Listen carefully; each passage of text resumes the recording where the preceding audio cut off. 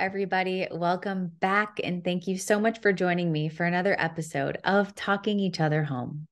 This is a place where we can come and talk openly and honestly about all things spirit stuff.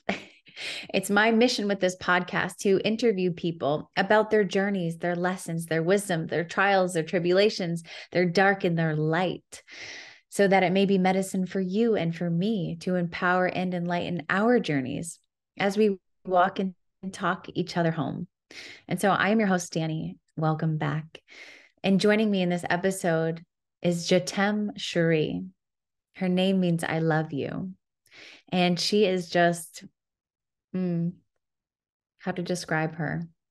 Light, high vibration, packed into a human form.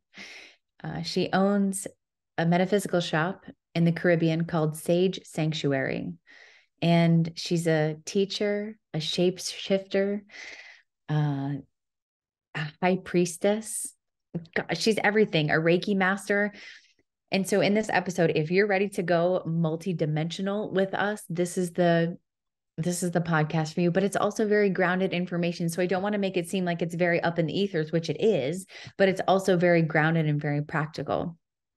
And she teaches us, I took notes because this podcast was like so deep that I had to take notes for it to do the intro properly. And I'm sure I still skipped over some stuff, but she talks about answering the call to spirit and what that journey was like for her. And on one hand, it was very devastating. She ended up losing her husband and then heard the call to answer spirit and like, no, this is your path. And I'm putting this in quotes, let the witch out of the closet and began to really embody this high priestess path and going into the divine feminine. And she's traveled so many cool places, you guys. Like when I did my Akashic record reading with her, which by the way, that's what she does, is Akashic records readings, and among many other things. That's just one of the things I got to experience with her. She was actually in Egypt. We did it in the hotel room in Egypt. So talk about somebody who is out there exploring and discovering spirit outside and within her.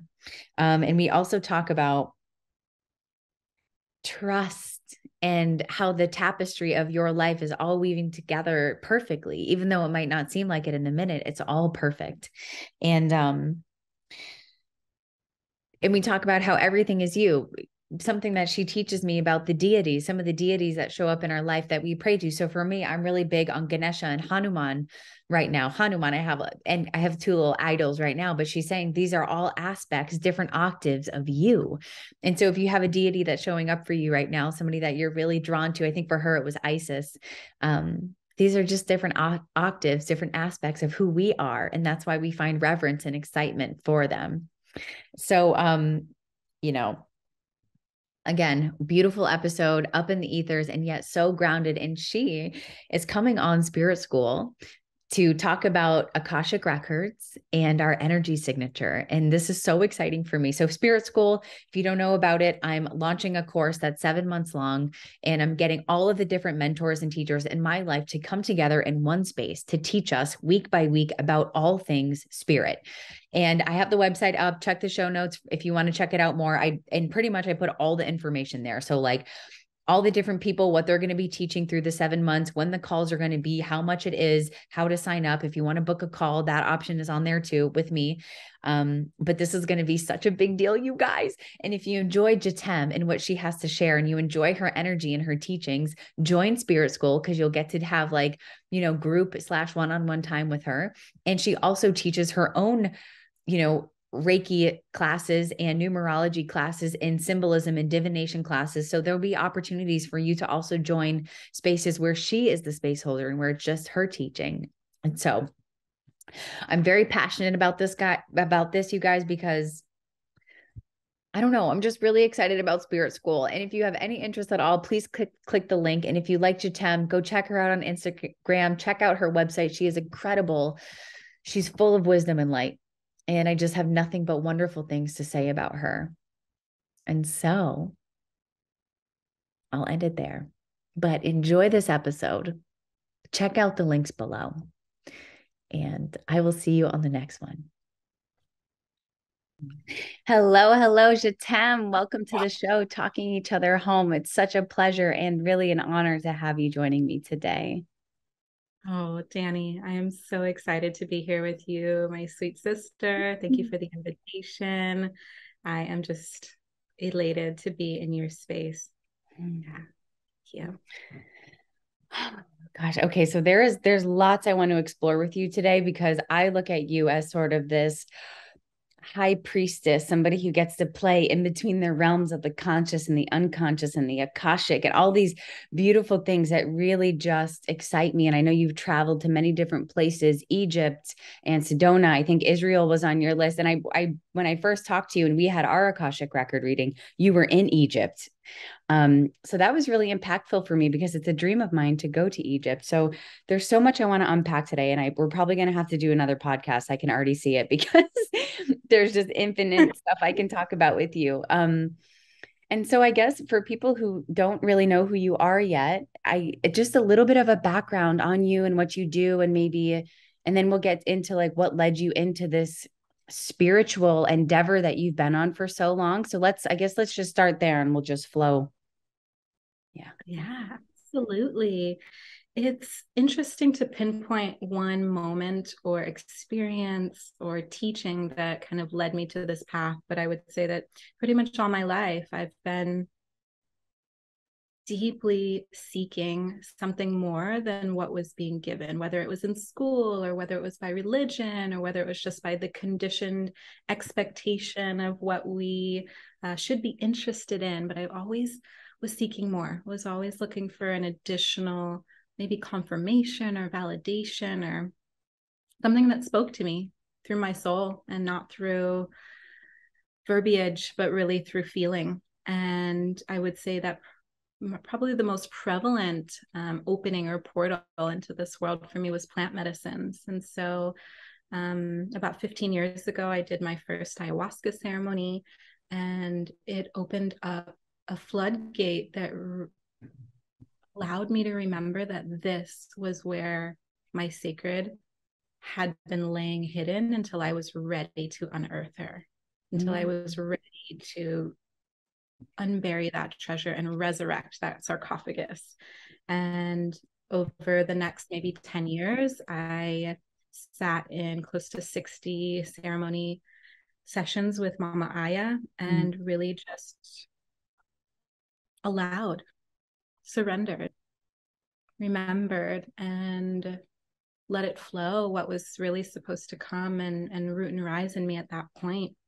I had a deep tragedy happened to me about 5 years ago, where my husband passed away in his sleep unexpectedly.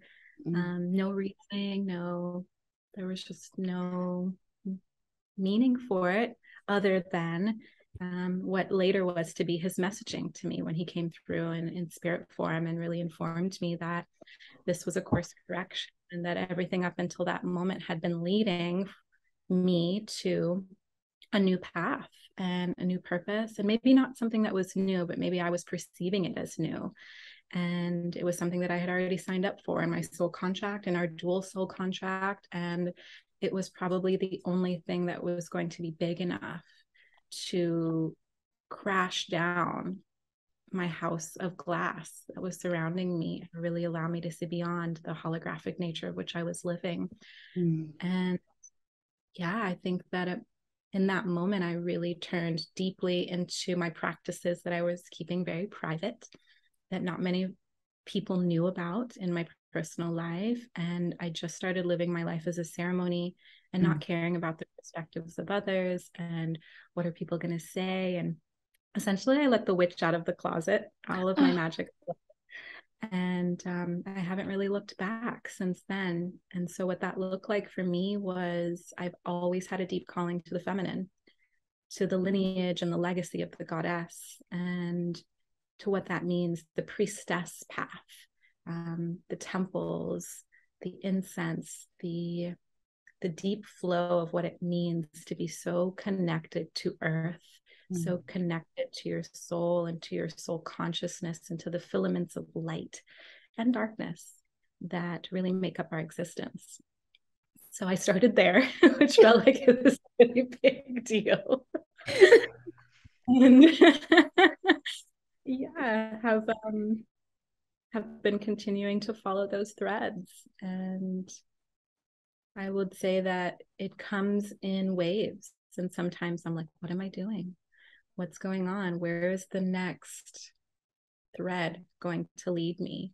And oftentimes in those moments of deep questioning, it's when I'm in integration, because I love a good like adventure. Let's go. I'm very much in my left brain, like very masculine yang qualities for most of my life. And so the integration, the pause, the hibernation, the winter, sometimes gives me a little bit of a struggle. And I've really realized in this moment now that that's the feminine. And that's always the path that I've been being called to, is the surrender. It's that dream time. It's that oracular visioning that typically comes so easy to me in an everyday walk of life. And I find that it's finding the balance. And so it's a lifelong journey of being in harmony and this inner marriage with myself and with everyone that I encounter. And so it's this embodiment practice that outwardly shows up as empowerment for other people to find their union, to find their divine marriage, and to find their cultivation of masculine and feminine hand in hand, walking each other home.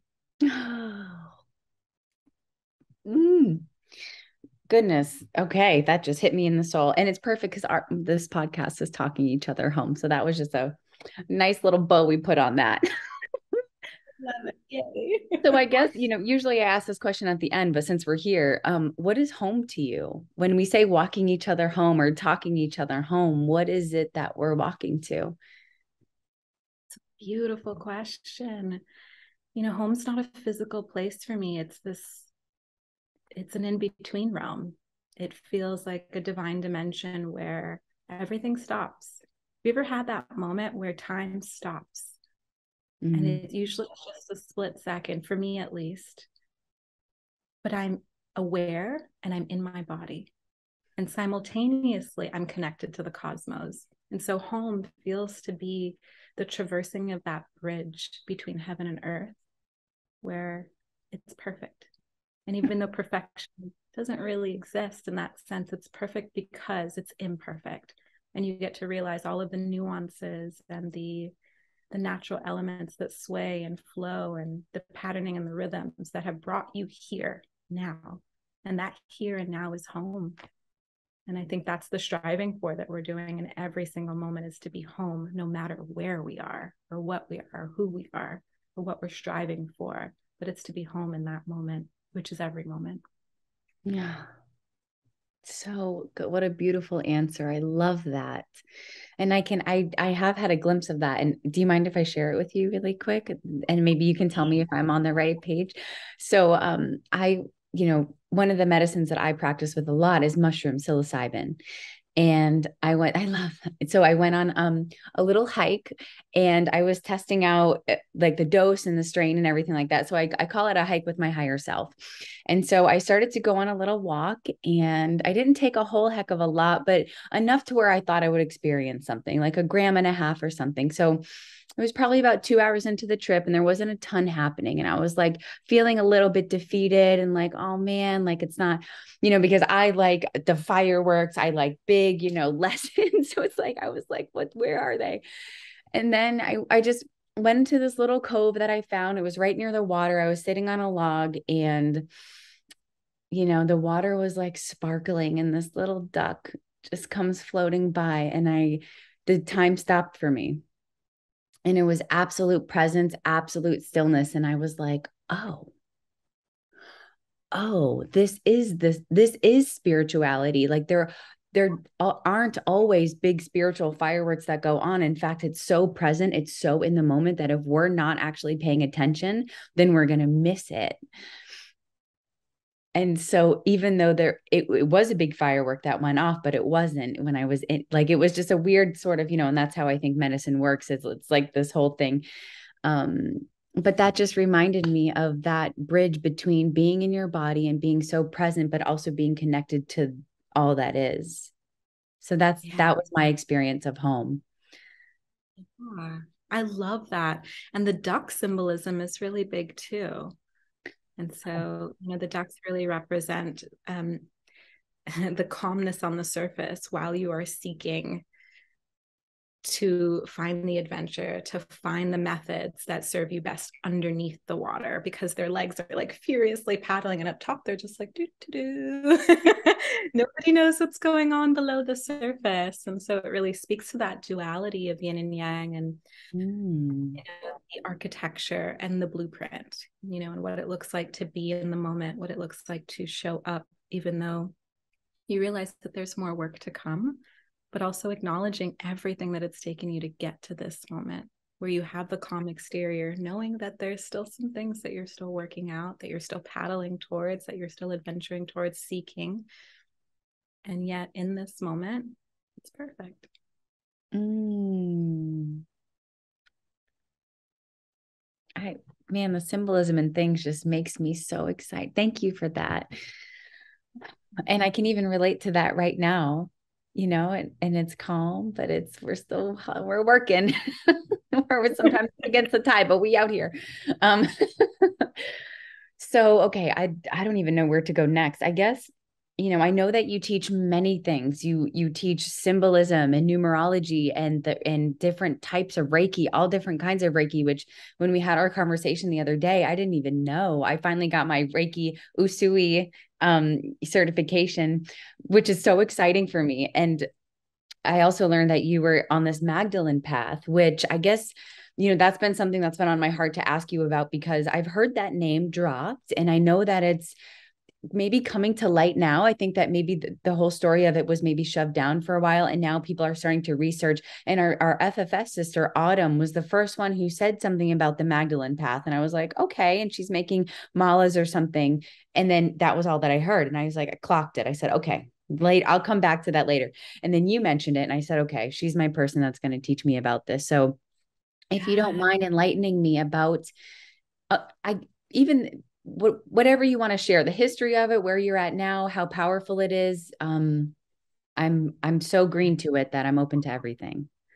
Absolutely. This is just one of my favorite topics. And really, I think we're all living the Magdalene path, whether we know it or not. And so if we take ourselves back, this is not just about Mary Magdalene, even though she is essentially the poster child for the Magdalene movement that is awakening within our consciousness at this time. But this really goes back to the divine feminine. It goes back to the counterpart of God, which is goddess. It goes back to the Sophionic consciousness, which is where we get the words philosophy and philosophia. This is from Sophionic consciousness. And Sophia is known as the Great Mother, the counterpart of God, the bride of Christ. And the Magdalene path really stems from priestesses of the ancient temples. It stems from them being healers, midwives, doulas, herbalists, witches, if we would like to call them that. It comes from them being tantric sexual healers, yes, but adepts and masters, kundalini masters, the awakening of our eros. And the Magdalene path encompasses many different lineages, but all of them have been suppressed. All of them have been laid to rest, or they have been made out to be demonic or evil or sinful. And when we get to Mary Magdalene, women were so oppressed at that time. For thousands of years, civilizations were matriarchal, meaning when you were born, you took your mother's name, because that was the way that they could guarantee that this is the lineage that you came from. You literally came out of your mother. There is no question of who your mother is.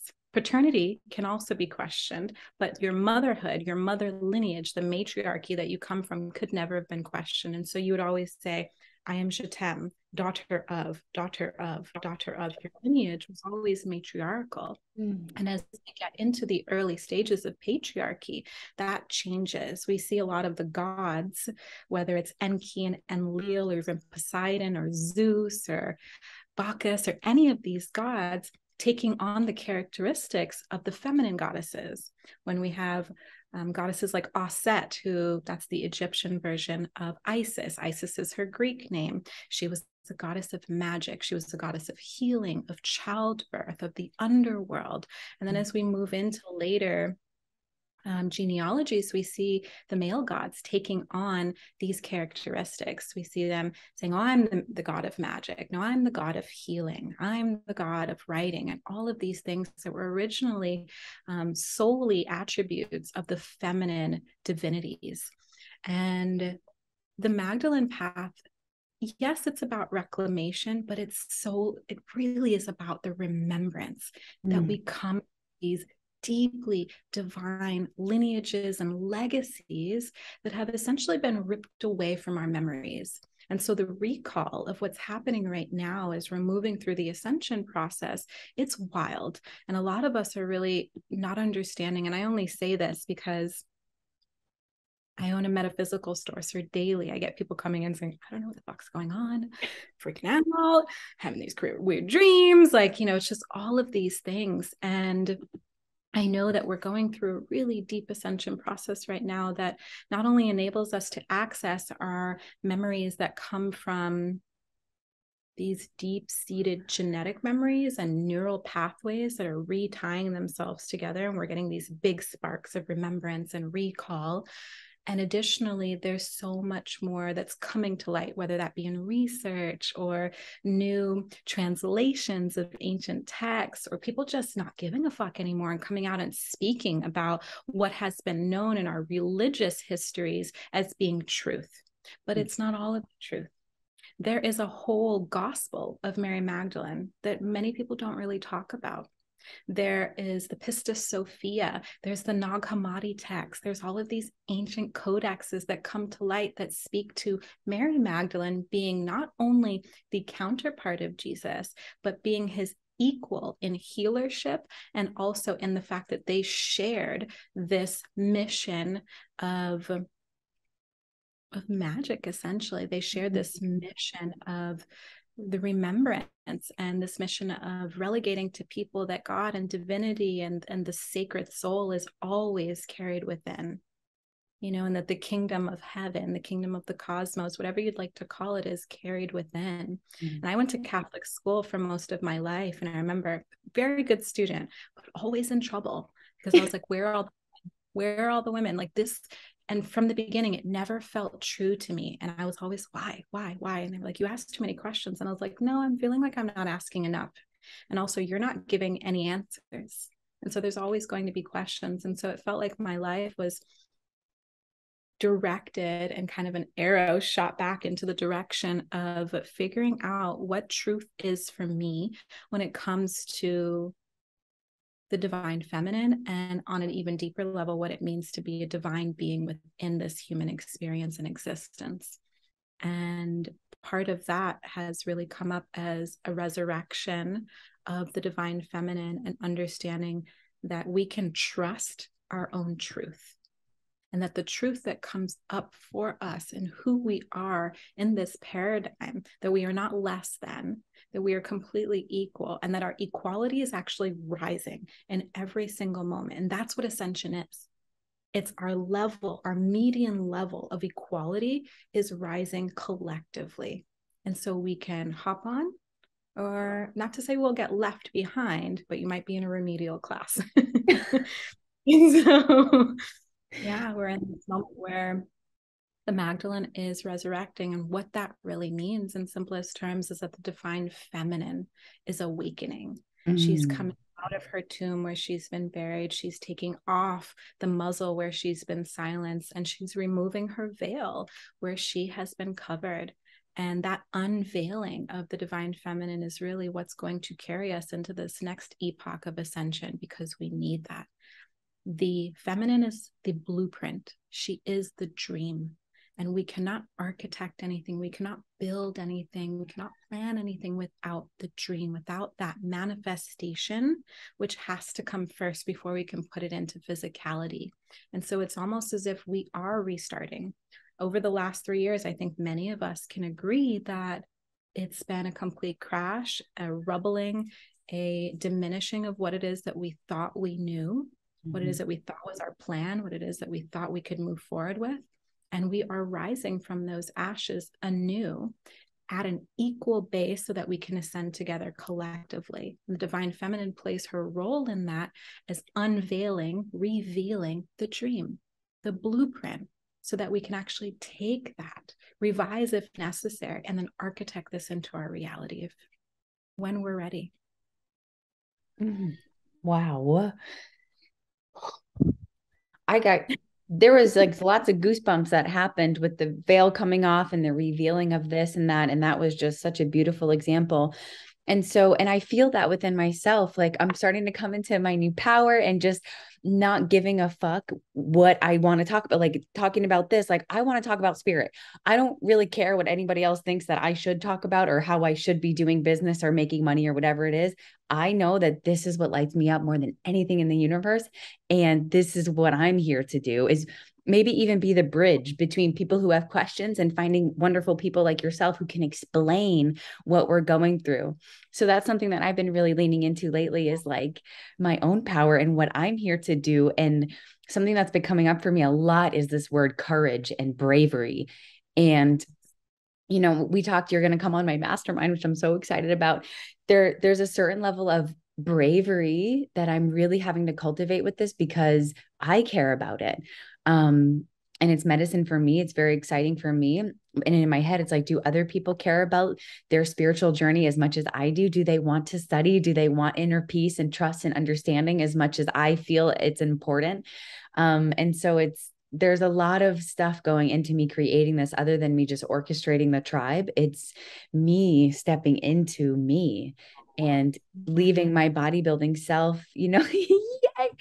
And the last mastermind I did was very much mind, body, spirit. And now I'm like, all spirit, like the mind and the body will take care of itself. If you study the spirit, everything else will start to flow and make sense and fall into place. And so that's what I believe and where I'm at. So I really feel that the feminine power coming back online. And so I guess, all right, my next question is, for people out there who are starting to notice that they have power within them, who are starting to reclaim their femininity, who are starting to step up and not give a fuck anymore, what would you say, like what practices or what could people do to really harness this and understand themselves better so that they can courageously step forward into their light and their power and serve how they really want to serve? Oh, I love that. And I think you said it specifically. You said courage is like my word for this year and really my word for what I'm really feeling. And the root of courage is courage, and it's French. And coeur means heart, and age is the age. And what it is that we're all feeling right now is we want to courageously step in. It's the age of the heart. And so when we are courageous, we are stepping into the age of our heart. And the practices that I always recommend to my clients and to literally strangers all the time is to feel it from that portal of the heart. We are so constantly ravished with all of the thoughts and remunerations of our mind. And our mind is the most incredible conscious being. And we often neglect our heart. And our heart is actually the first point of contact for the intelligent language of our body, the intelligent language of being in a human body, in a human experience. And oftentimes we bypass that. And the bypassing of our heart means that we actually cannot be on our bridge between earth and heaven.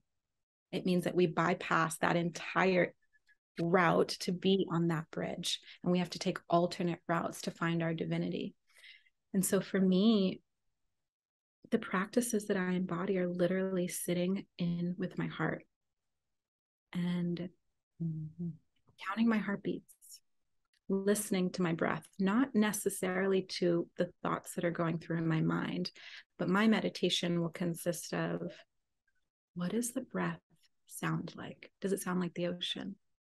Does it sound like a dear friend whispering in my ear? Does it sound like an angel sitting here in front of me? Or does it sound like death? Does it sound like misery? Does it sound like sadness? And being present with what the language of my intelligent self is telling me through the portal of my heart. And you spoke about that mind, body, and spirit. This is what in biblical terms we call the Trinity.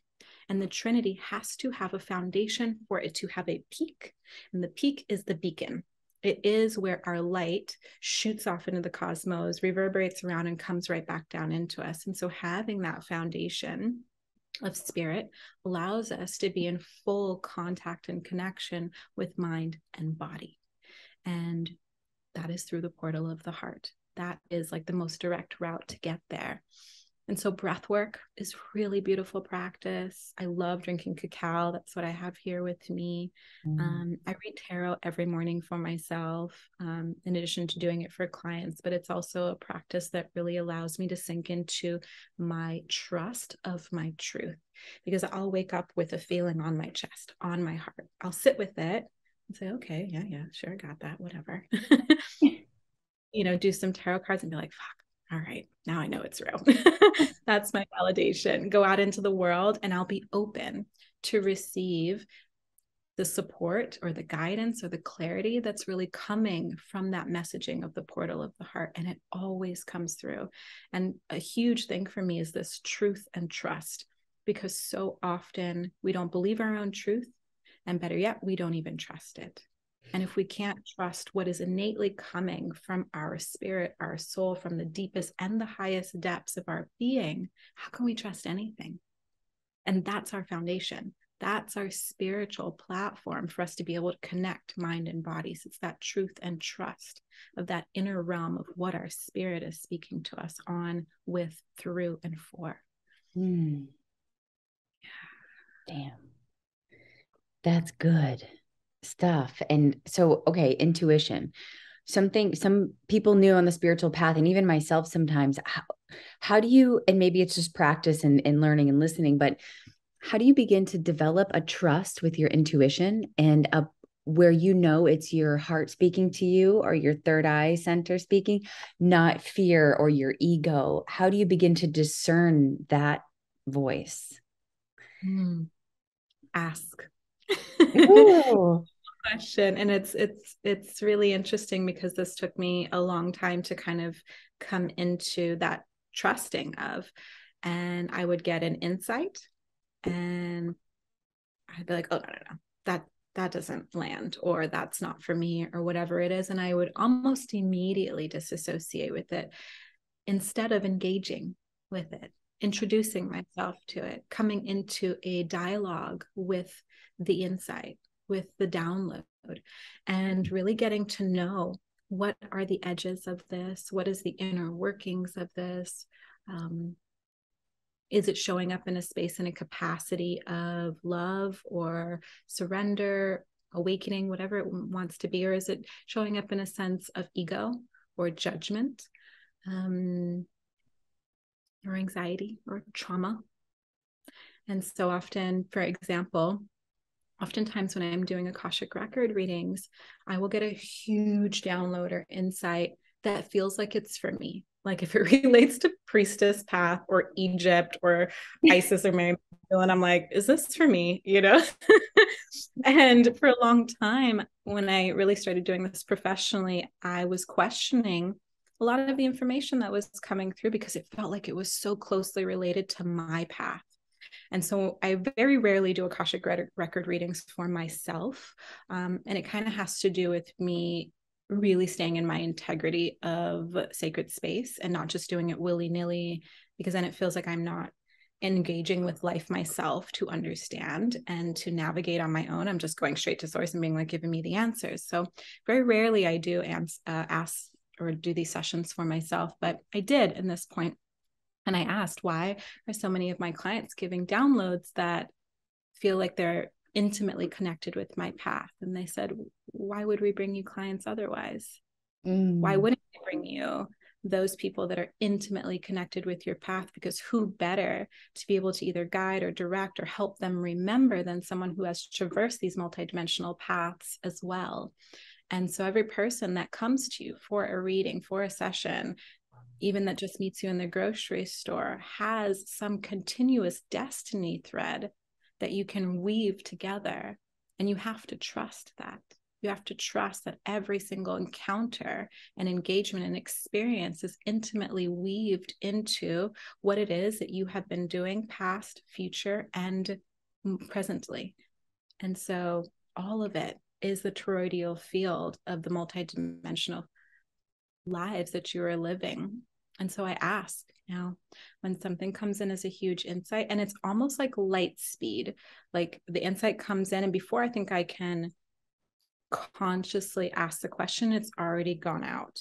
And yeah, I'll get questions about, okay, well, why are you showing me a lifetime in Egypt for this person? Or why are you showing me a lifetime as a druid? Because I'm like deeply embedded in the druid culture. And they'll say, okay. And the information will come back instantaneously. And it's not as if it's like reading a book, but it comes back almost as if someone has whispered it in my ear, or it's a sensation in my body that allows me to bring forth the dialogue with ease. Sometimes something comes out of my mouth and it'll be minutes later that I even realize that I spoke. There's something deep inside of us that is also a part of our soul, that is part of our multidimensional selves, our ancestors, past, present, and future, that will speak for you and with you. And it's not as if it's like taking over your body, or at least not for me. It doesn't ever feel like that. It feels very safe. It feels very comforting. It feels very intimate, as if I'm sharing my human experience with my entire lineage and legacy. And they're stepping forth to provide information that me, Jatem, in this human incarnation, in this dimension, doesn't necessarily have. But I have the capability to reach beyond the veil and hold hands with an ancestor. And that transference of information will come through me. And so I ask, and the answers that come back, I believe. And I think, yes, it does take a moment to get to that space where you believe it without questioning it. And I do think that it's very important for us to still hold discernment in every moment of our lives. I've had channelings come through where I was like, I have to ask, and I have to demand actually that this be an unconditional love, that whatever this energy is coming from an unconditional origin place of love. And sometimes the information will turn around. And it may still be the same core message, but it might be coming from a different origin, or it might be said differently. And so we actually get to create parameters and instructions and regulations for our connection with spirit. I have a mentor who says only between the hours of 8 until 11 can I receive downloads, no other time. And that really taught me a lot. You know, I have a mentor in Hawaii. His name is Keone Hanale of Pohala Botanicals, who just blows my mind. And, you know, he really advocates for us utilizing this connection, as a relationship. There is nothing outside of us that's bigger than us. We each carry the God spark. We each carry the divine lightning rod within us, known as our Kundalini. And so there's nothing that's bigger than us. We keep kind of relegating our power to an external force and saying, you know, we're praying, and I am a complete advocate of prayer. But what are we praying to? And I think also that helps us to believe in our truth and our trust when we have a deep divine knowing that what we are praying to is a larger amalgamation of ourselves, of collective consciousness. And that the heart of God that we are sending our prayers to is our heart. It is that bridge between the cosmos and earth. And so it is that cyclical, rhythmic patterning that we're giving our prayers or inquiries or our desires over to, and it comes right back to us on the wheel and the circle and the chariot of time. It comes right back to us as innately the information that we already knew inside and just needed a little bit of validation from our multidimensional selves, from what we would call God, spirits, angels, guides, guardians. It's all us on a different level and spectrum and octave, but it's all us. And so trusting the truth that all of it is you. That's something my mentor tells me too. And she's like, it's all you anyway. She always says that. And like, it's at the first actually year that she told me that. I don't know that I fully believed that, or I didn't intellectually understand how it could all be me if it felt so outside of me. Um, and now I'm starting to understand that it's all reflections of me, and we're all part of this whole, and we're all part of this same spirit and God spark. So how could it be separate? If you believe all is one, how could they be separate? They're all different, reflections of you. Even spirit guides are different aspects of you. And okay, so you mentioned multidimensionality a couple times, and this is something that I've been really curious about. And again, it's one of those things that at first I couldn't even hear it. I was like, okay, and now I believe it, and it's starting to drop in and starting to integrate. And so I just have a couple more questions, or would like a little extra stuff around that. And for me, what my understanding is now, that we have different, and I picture them like layers of our bodies. This is how I see it. And so we have our physical body, our mental body, our astral, our causal, something like that. And so I see like big traces, and probably because I've seen a picture on Pinterest or something, but I'm very visual with things. And so the multidimensionality, and that might even speak to time as well, because I think you mentioned also that past, present, and future is also happening in the same moment. And time for me is like the multidimensionality. I'm starting to understand how they all happen simultaneously, but there's something that I'm waiting for that little thing to just, okay, that's it. I fully understand it. So if you don't mind dancing around those topics with me. Yes, I think multidimensionality gives many of us kind of pause, because we're like, what? How do we remove ourselves from the linearity of time? And I think the best way that it's been described to me is that I remember when the new age movement became very big and everyone started talking about 4D and 5D and all the Ds. And my question was always, how are we jumping from what we know now as 3D into 5D? Because nobody was really talking about 4D. They're like, we're moving into 5D. And I'm like, great. How are we crossing the bridge over to 4? And the way that it's been explained to me is that we're in this physical nature right now, and we are engaging with gravity. We're engaging with time. We're engaging with the constructs and the constraints of kind of the holograph. And when I say the holograph, the meaning's that we can't see the dimensions that live side by side next to each other. So it is this holograph. We're projecting in front of us a generated view of what our free will choices have brought us to. And so when we talk about moving through the dimensions and multidimensionality, when we move into 5D, we cross the threshold of time and we move into timelessness. And so when we move into timelessness, we remove the constructs of linearity. We remove the constructs of past, present, and future. And we're able to see that it's like a kaleidoscope, that the holographic nature that we are experiencing in 3D is more so like a kaleidoscope of different shapes, sacred geometries, octaves, musical notes, colors, energies, emotions, and that turned in certain specific dials is the projection of the holographic nature of our life in this moment.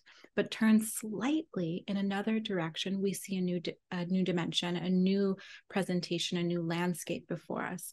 And so as we move through, and what's been known to be talked about is we're moving into a crystalline human experience from a carbon-based. So when we talk about carbon-based, that is heavy. It is kind of this laden energy that ties us to gravity, where our feet stay on the ground. But as we actually move through multidimensionality, our body starts to vibrate at a higher rate, which is known as the crystalline vibration. And as we move into the crystalline vibration, crystals vibrate at the speed of light.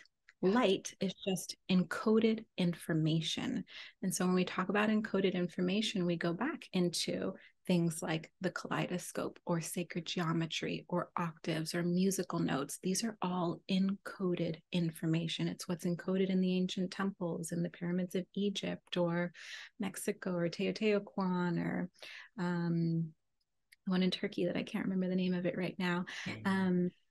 But it's this encoding, this decryption that allows us, if we are able to, and if we give ourselves permission to move through these states of multidimensionality, and when we reverberate at a crystalline frequency, all of the kaleidoscope, the shapes, the octaves, the musical notes, they become as one, and they vibrate just as one octave of light.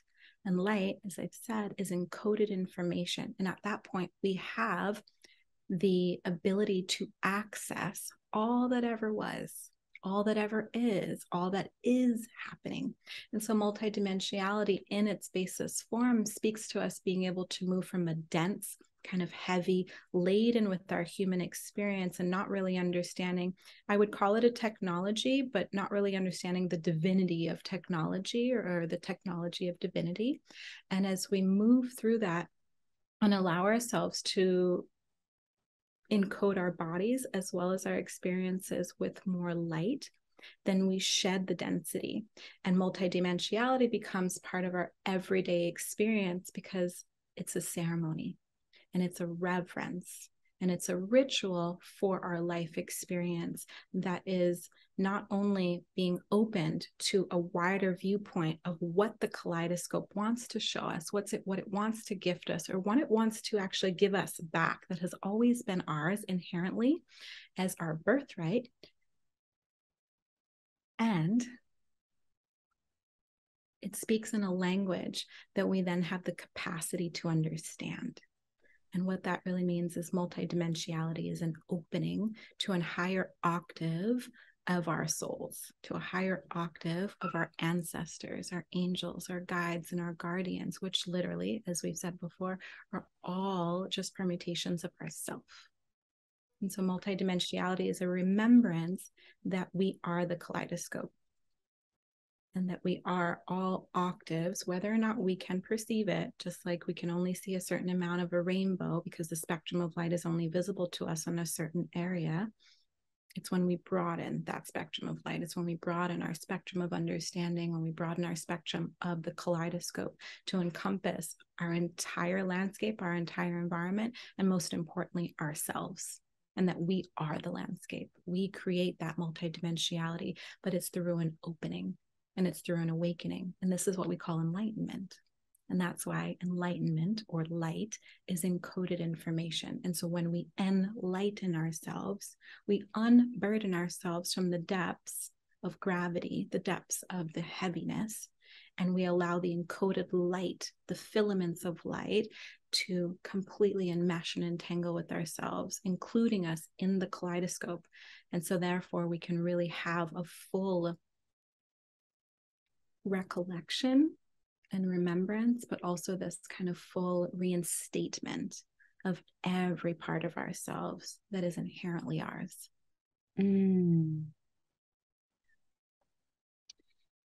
Okay.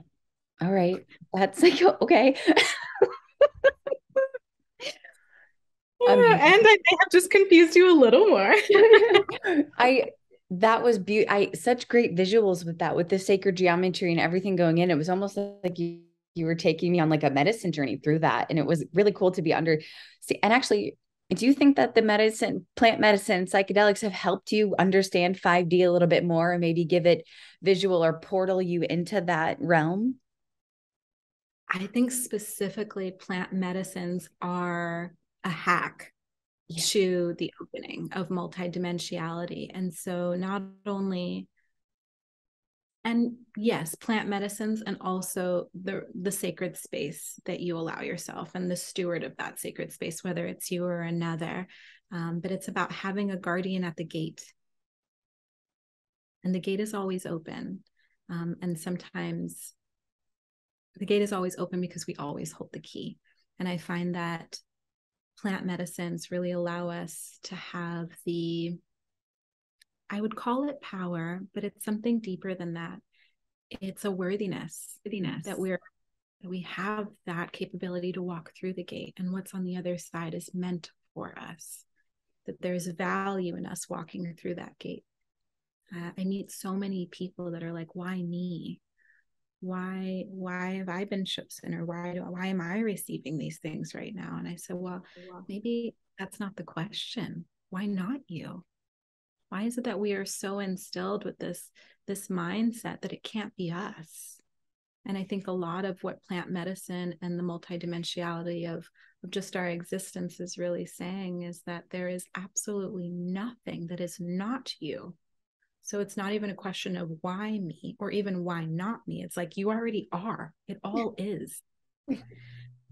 So the plant medicines have really taught me that. Most specifically, 5-MeO has been probably the deepest dive I've ever done in my life when it comes to a psychedelic that had me sitting in the heart of God as not a human, not even a divine being, but just at one with everything and nothing at the same time. And I think that to me is the essence of what God is. It is ineffable and undefinable, but that's the presence that we've been speaking of. That's that truth and that trust that there is no definition, there is no explanation. It's pure presence and purity.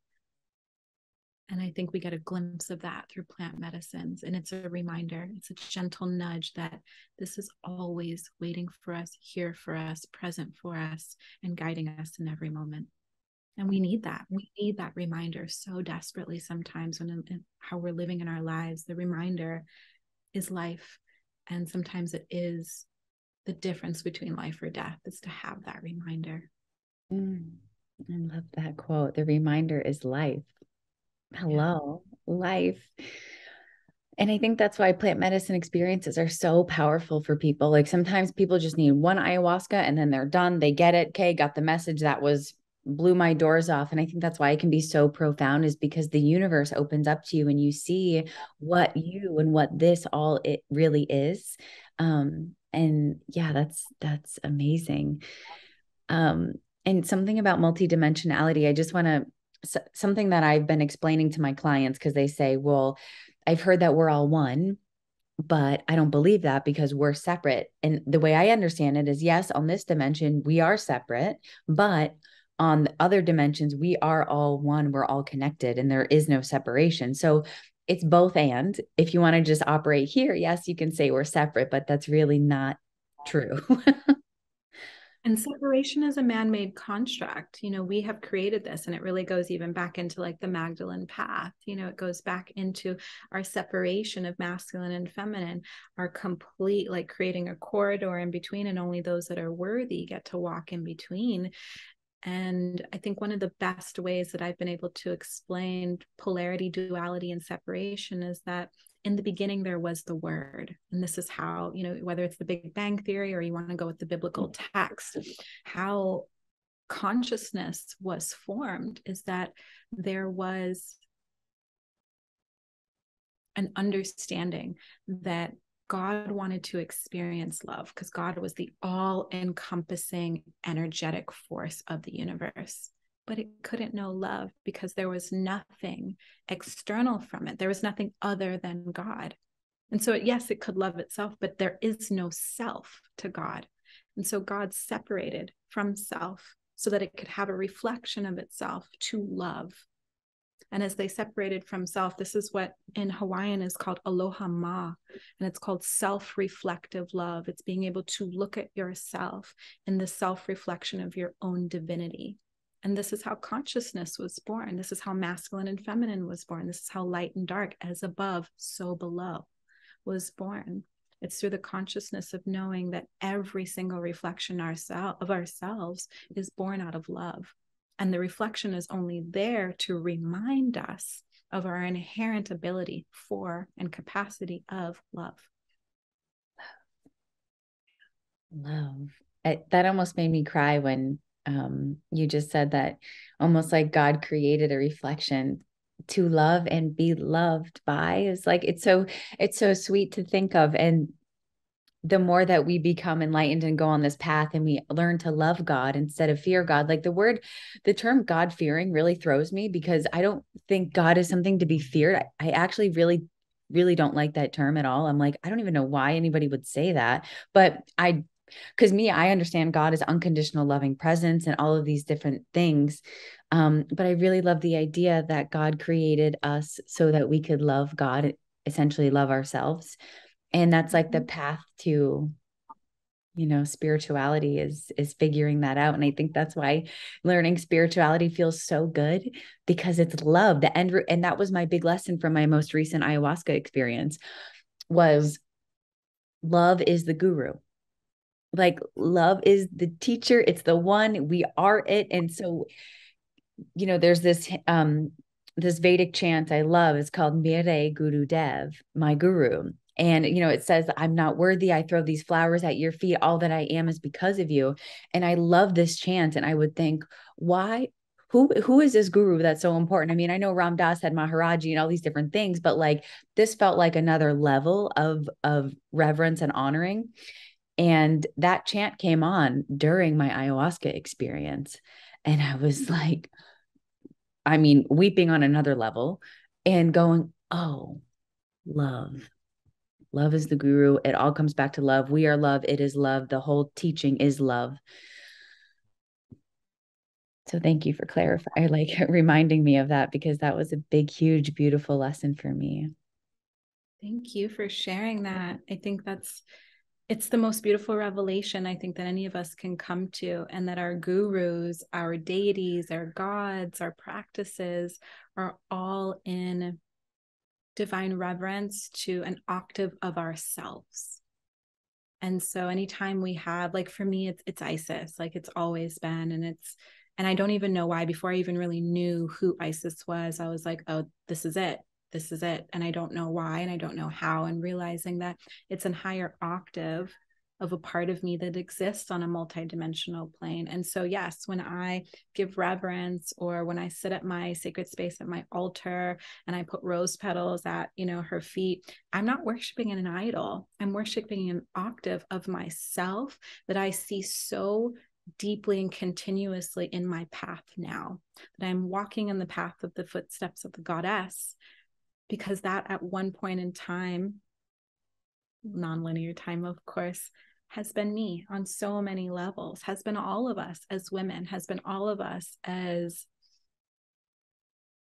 keepers of the old ways and resurrectors of these old ways. Because even if we talk about it being the old ways, in a lot of ways they are the new ways, because we're bringing them back in the cyclical nature of our existence. We're bringing them back from the dead.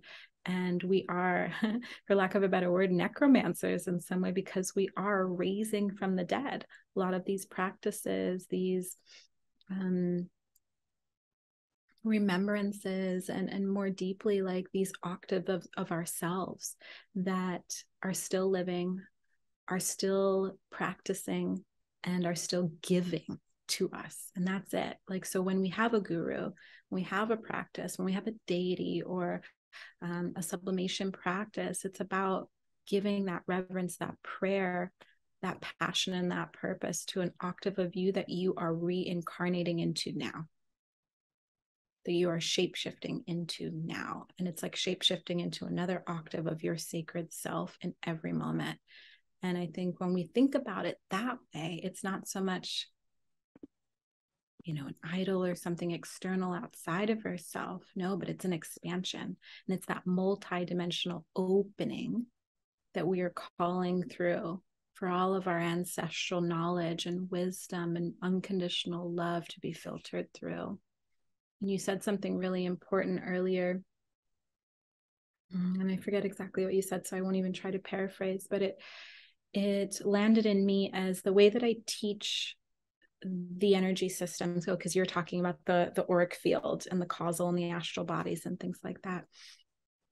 And the way that I teach about the chakras specifically is that we have a front side and a back side to our chakras, which goes back into God separating from itself so that it could love itself. And so there's a backside and a front side to our energy centers. And so we receive and we release on one side and another side of our chakras. And for me, the way that I see it intuitively and the way that it's come through in channeled sessions, it's almost as if it's like this disc that clicks into each other, the front side and the back side. And it's like click, click, and it clicks in. And when we do, or when we have an imbalance in our energy centers, or when we are experiencing an inordinate amount of grief or sadness or trauma, it's because there has been either an unclicking or there is a blockage between how we are receiving and how we are releasing this energy. And so much gets stuck in between of that portal, in between of that bridge, because we have bridges, we have filaments of light. We have what I like to call like the cosmic highways that are going through not only our body and our kundalini, which is our central center, our cord, our spine, but we have them coming in diagonally. We have them coming in at different areas in our body, in our field, in our larger field.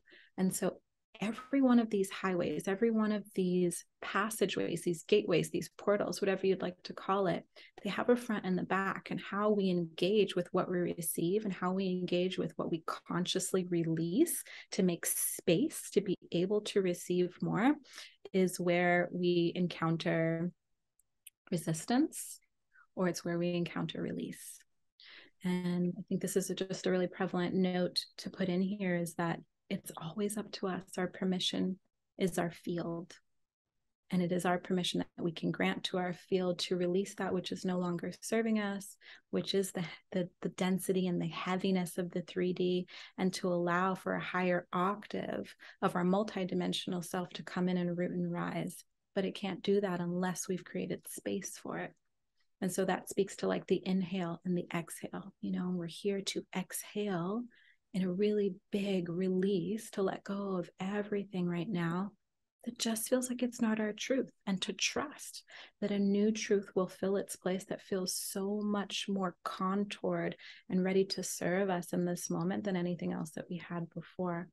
And it allows us to take this huge inhale that fills us up, that satiates us, that provides us with the nourishment of what is next and what is here to fill that void. Okay. Amazing. Thank you. 3 things I have to comment on. The first one is the deity or deity. Today my Hanuman came in and I love him. I had a little ceremony with the chanting. He's over there. He's where I meditate, and I like the depiction of him meditating, because that's how I do my devotion right now, is in meditation, for me to sit there. So he came today. We had a whole thing. I saged him. We listened to the chanting, and I love the idea of him being another octave of me. And because I love to serve, I love to devote. That's something that's really coming online for me now, and being courageous and strong and so that's something that I'm really calling in and cultivating. And I just love the idea of him being a reflection of me. I think that's so powerful. And the other thing is, I love that you mentioned the front and back of the chakras. So I love getting validation like this from my mentor. So something that my mentor Shelby has been teaching me is that we have chakras in the front and the back. And so for the last 2 years that I've been working with her, when I meditate, I turn on the chakras in the back and I turn them on in the front. So I have this whole thing that I do where I name them in their Sanskrit proper name, and I spin them, spin, and I go all the way through. And today they were actually really good, like flowing in the front. If I ever have a problem or anything ever feels sticky, it's usually in the front lower centers. I'm usually pretty okay here. Some heart's usually good. And then things will start to wobble a little bit when I'm trying to turn, it'll get sticky. So I love hearing validation, and it's like, okay, I'm on the right path. It's like so good to hear that. So thank you for that. And there was one more thing I really wanted to comment on. I don't remember now. It wasn't that important. No, it definitely was. Well, okay, it'll come back to me. But before we, end, I want to talk about the Akashic records and readings that you do, because I had the pleasure of having an Akashic reading with you, and it was so powerful for me, and it was so spot on. And I just knew, after meeting you and seeing you on the calls, I said, okay, there's something different about this woman. There's something very light and very true and pure about her. And I said, if I'm gonna, invest in myself and invest in learning about the Akashic records, this is the person I'm going to do it with. And I'm so happy I listened to my intuition on that, because it is still with me today. And I don't know how long ago we did that, 1.5 years, probably. So, or when, yeah, it feels like that. It's definitely, it feels like either the end of 2020 or early 2020, end of 2021 or early 2022. Yeah, it's been at least a year. For sure. At least a year. And I remember something big you were saying, things are going to crumble. Sekhmet came in and she was, you know, kind of a little bit of that Kali energy. Like she's going to take some stuff down there's going to be a little bit of destruction, but it's going to build anew. That happened. I launched the mastermind. First time I've ever done something that was 5 months long. It was huge. And then something else also came in about me having tentacles in everybody's life, which is so true because I have many friends. I am coaching and I have these group programs. So it's very hard for me to shut off when I communicate and text and respond back to people. It is just like I'm all up in everything. So that was a big thing about me pulling my energy back in. And so I want to talk about the Akashic space because what you pulled down and channeled was so spot on. And so if you don't mind taking me into that realm with you for a moment, and I just want to let people know, like, you do readings online. And so if this resonates with you, like, please contact her. It's like so important. But so take me into the Akashic realm for a moment. Absolutely. So the Akashic realm, sorry, I immediately closed my eyes. It's so funny. The Akashic realm is known as an etheric library. And when we talk about it being an etheric library, it exists in a multidimensional plane. And what has been said by mystics and really just from what I've experienced on my own is that it is a repository of light encoded information that carries the vibration of everything that has ever happened. And so going back into the ancient origins of how humanity was seated on planet Earth and deep and far into our future as well. And then it also encompasses lives on other planets, lives in other dimensions, animals, spirits, guardians, ancestors, the elements. It really encompasses everything. And the way that it really channels through me as the conduit is that I receive more cosmological information for people. It feels like if they have had an ancient lifetime, or if they are anchoring in codes from another cosmic location, like it feels like that comes through me quite often. Like it's all the things that I'm very interested in. So I'm not surprised because I can easily be able to pull down information from that and then couple it with what I already know physically in this body, but also couple it with what I know from my genetic DNA and from my genetic memories and the neural pathways that are, you know, coming together, which each and every new day. And so the Akashic Records typically holds a guide or guides that we will meet once we open up the records with an invocation. And there's always some landing message before we ever even get into any questions. There's something that wants to be imparted from the get-go. And 100% out of 100%, that message always weaves into whatever your questions are. And as I said earlier, I never want to know the questions beforehand. It's something that I want you to ask once you're in the records, because Je t'aime is not your guide and guardian per se, and a multidimensional self, yes, but I'm just the divine straw that you are sucking on one end and God is sucking on the other end. And I'm just pulling through the information so that it can be disseminated in the proper form. And the information that comes through, very often I don't remember it. Maybe 30 to 45 minutes after a session is complete, I'm like, ooh, that literally went out, because it's not mine. It's not mine to hold. I'm literally serving a tray of what is already your birthright to receive. And anytime you come into these sessions, I always tell people, because I am clairvoyant and clairaudient, and so I hear things and I see things, and I also get sensations within my body. And so if somebody restricts, tightens, you know, gets really held up, I feel it within my body, because we are sharing an energetic cord during the session. And so as open as you can be, as ready to receive as you can be. And I don't tell people to come to this session lightly. Like, this is a moment in time that will be a milestone, and it has nothing to do with me, but it's about you're approaching the altar of yourself, naked, raw, wild, and ready to receive all that has been waiting as an offering for you. It's like giving an offering and receiving the offering back to yourself through multidimensional channels. And so sometimes we're not ready for that. Sometimes it's big. And I will say the records do not impart any information that you're not ready for. So when I feel the contraction, when I feel any energies that are not completely open, I'll say, okay, let's take a moment. Let's take a breath. I realize this might be a lot of information. Are you ready to continue? The records will not give you any information that you cannot integrate.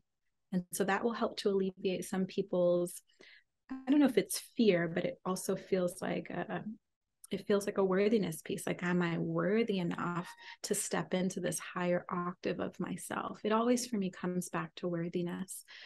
And so the records have a very uncanny way of preparing you for the worthiness that is on your way, the worthiness that you have signed up to receive in this life, and that is very clearly stated in your soul contract.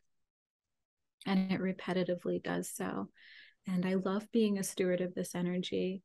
And ultimately, I feel like the energy that we're tapping into in the Akashic records is the same energy that we're tapping into for Reiki. It's the same energy that we're tapping into when I do divination for tarot, or when I do rituals or ceremonies or anything like that. It's the same energy we tap into in breath work. It's the same energy we tap into in plant medicines. We're all tapping into a collective consciousness field that holds the blueprint of all of our existence, the planet, the galaxy, the universal, our memories, everything.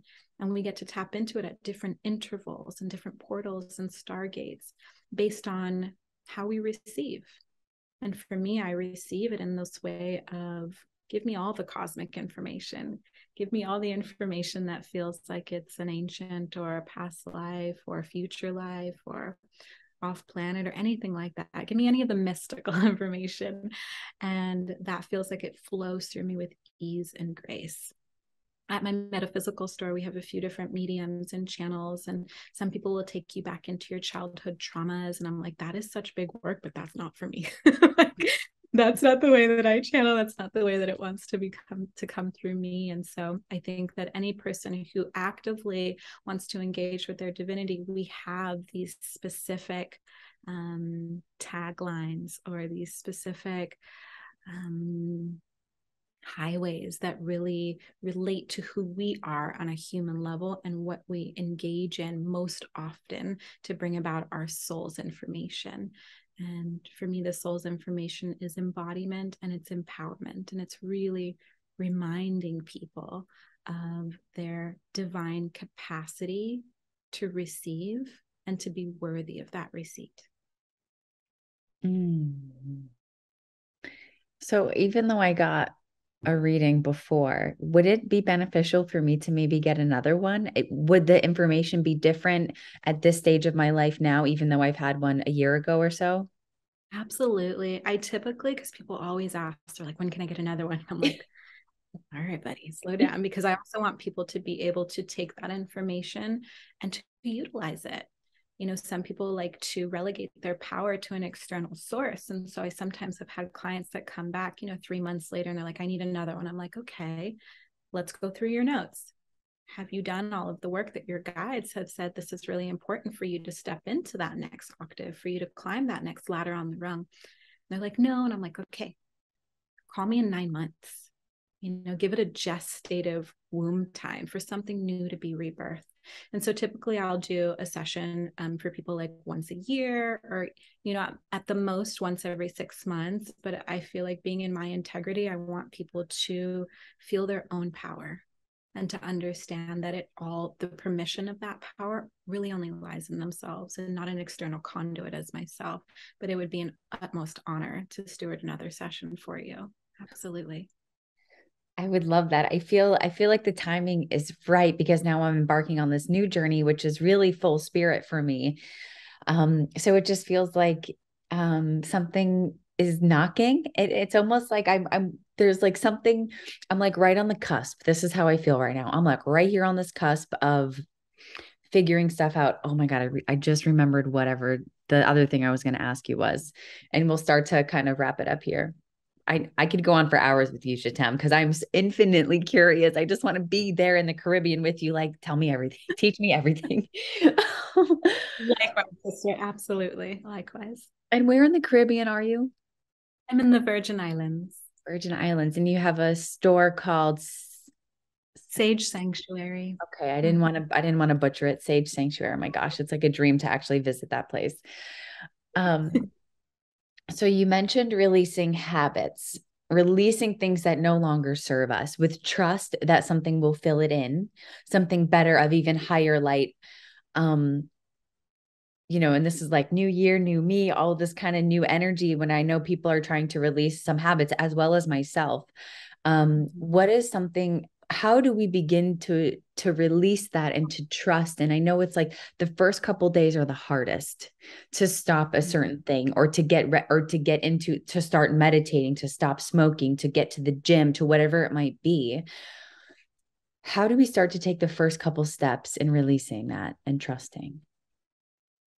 Oh, that's such a beautiful question. And there's a couple layers for that. And so as we talk about starting the new year, I do follow what's known as the pagan wheel of the year. And so with that being said, the new year doesn't start until spring equinox on the pagan wheel of the year, which to me makes a lot more sense. It's when everything is starting to sprout, everything has been rebirthed. The Gregorian calendar doesn't make a ton of sense to me, where we start a new year in the dead of winter. And even I'm in the Caribbean, it's summer here all year round.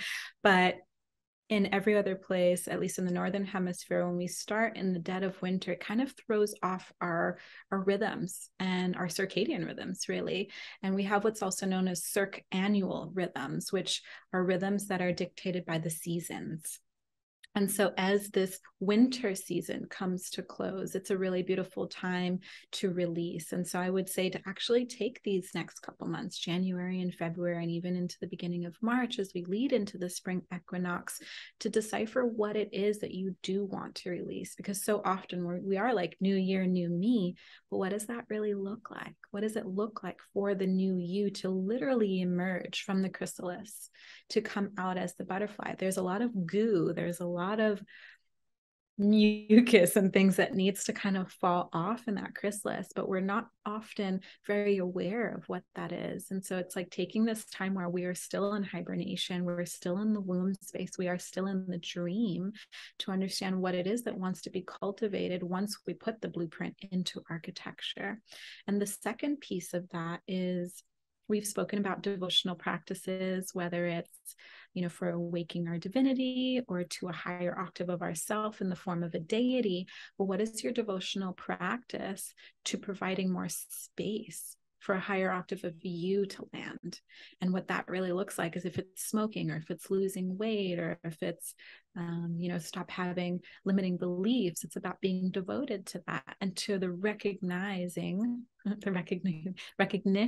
of the patternings that make that prevalent in our lives. And so when we wake up in the morning, and typically my morning routine is like, I don't look at my phone. I minimally try to go to the bathroom, but I want to go straight into a meditation practice. It's from like dream space into meditation to follow that. And I've noticed in this new year that I've been really like in my intellect and my brain, and like waking up and looking at my phone, and I'm like, whoa, what is this?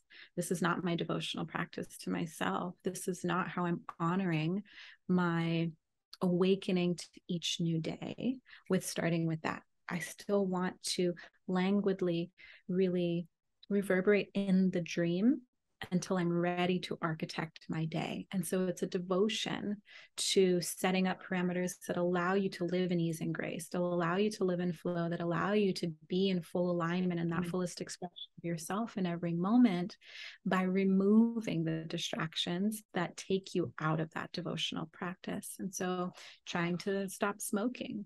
You might have to remove yourself from the other people during your break who are outside on their smoke break, because that's only going to encourage you to do the same. It's birds of a feather. And, wanting to lose weight or anything like that. These are just like typical New Year resolutions for people.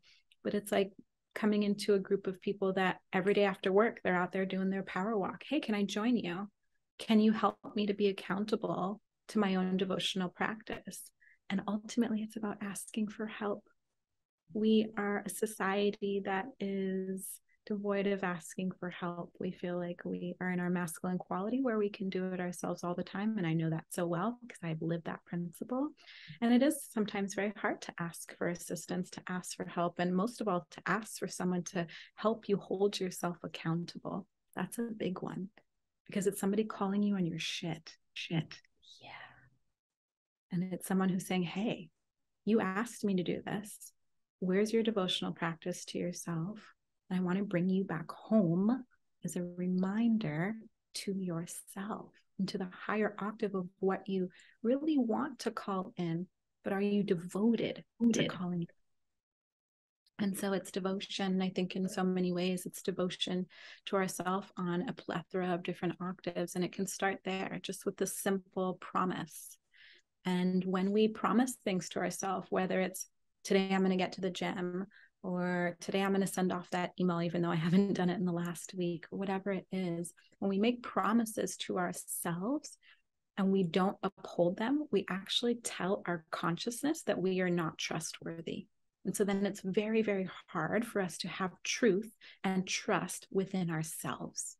So when we make promises to ourselves, doing our best to uphold our vows and our oaths and our promises to ourselves, so that innately, inherently, we are trustworthy. And that trustworthiness goes out into the universe, and it attracts other trustworthy people to us. It attracts accountability practices. And most of all, it attracts a devotional practice that spreads out through all ley lines within our life, multidimensionality, and in our physical world as well. Okay. Thank you. That was really helpful. Really helpful. I love the trustworthy piece. And like when we make that promise and we follow through with it, we tell ourselves in the consciousness of whatever that we are trustworthy. And then the devotion. And I feel like that's why Hanuman is so special to me right now, because for me, it all kind of comes back to that. Even working out, I was a professional athlete and got away from it for so long and hadn't worked out like other than yoga for 5 years. And I'm like, I'm a born athlete. Like, what am I doing? Not doing anything with my physical body.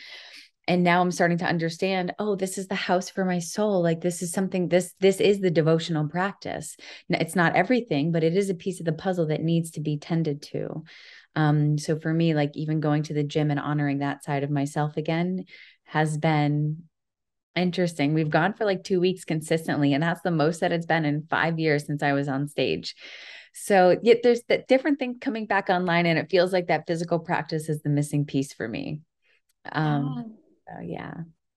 And it's really honoring that. I don't know specifically your story as to why after your stage presence that you took a step back from following that accountability of, working out and things. But it also feels, and this is just an intuitive hit that's coming through, that by stepping back into this devotional practice, there may be a small thread of fear that you're going to take yourself back into that world. And when your life has completely pivoted into a new arena, pun intended, it almost feels like you're interweaving where your devotional practices were there, which really created a successful life for you. But that's also not necessarily the life that you're calling in right now. But the devotional practices are your foundation. That is the basis for your Trinity. And so it's a part that really allows for your spirit to hold space for your mind and body to come online as well. And the accountability there is in a new direction. But then that's also your permission to aim that beacon anywhere you want. Yeah, that's spot on. Yeah, definitely. It's how I feel. Like the little bit of nervousness to get back into that world, because it's, yeah, it can be really superficial and not even thinking about health. And, when you're a professional bodybuilder there, it's a beautiful sport. It was my martial art and my best teacher. I don't want to throw shade on it, but it's almost like you can be in the undertow of supplements and steroids and photo shoots and all these different things that can get very dark. And it's sometimes it's hard for me to be in the gym because my body, it wants to compete. Like, it's like, oh, what if we, I hear that little thing in the back of my head, like, oh, but what if you just do it naturally or do it da da da da. So I flirt with that a little bit, but I'm so into what I'm doing now that I can't put the time in. So I'm really learning how to gas and brake in this new way. Cause I do like lifting weights. It's like, I'm a short little stump and it's helping me with my power for yoga. So it's like, it works well.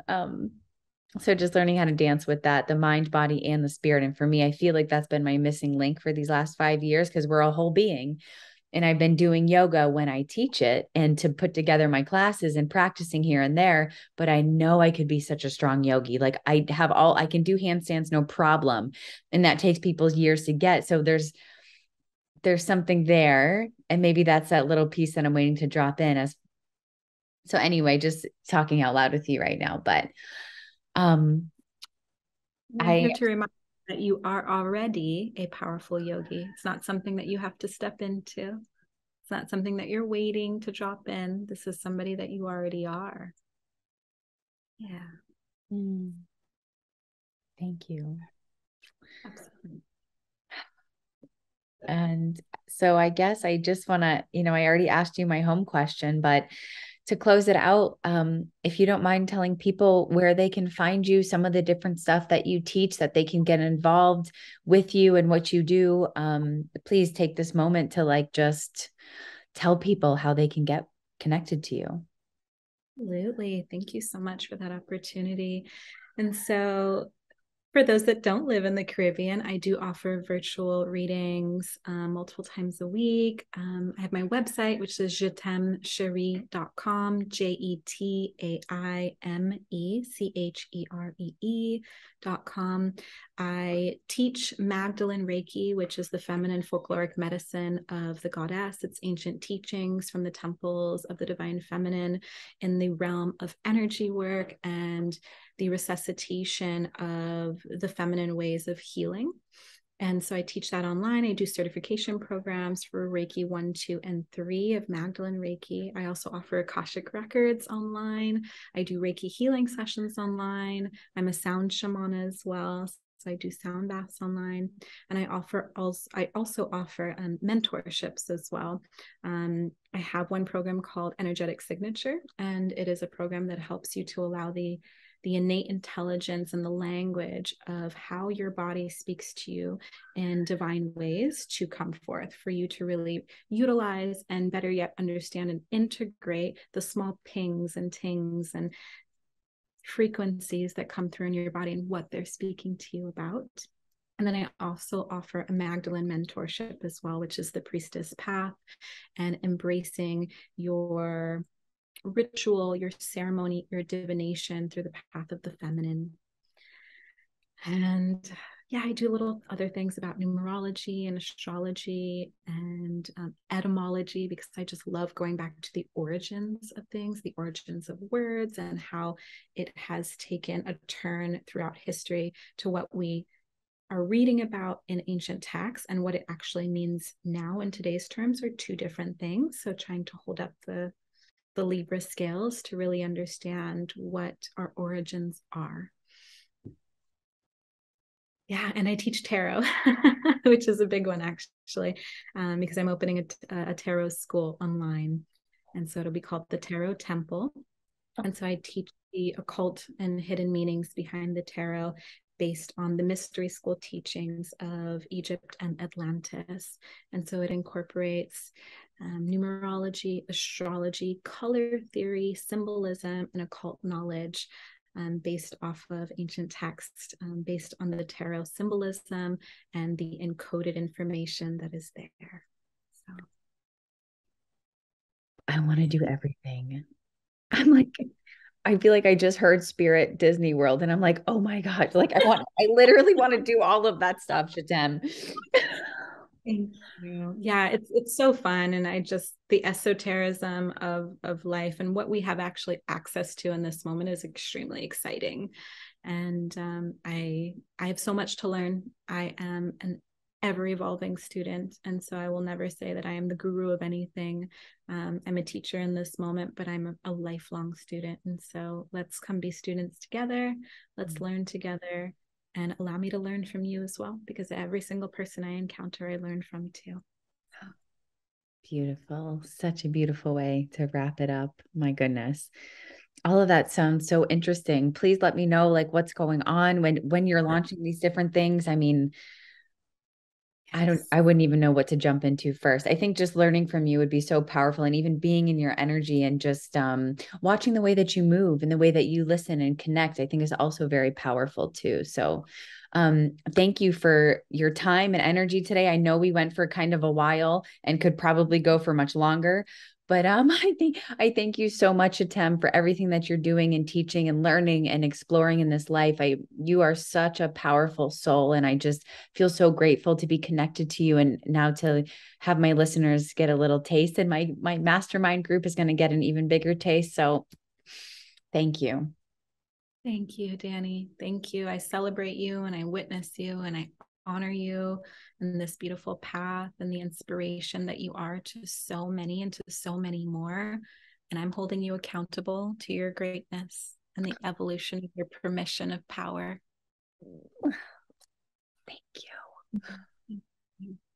And everybody out there, thank you. Thank you for your time and energy and listening and joining us for another podcast. I love you all so much, and we will see you on the next one. Peace.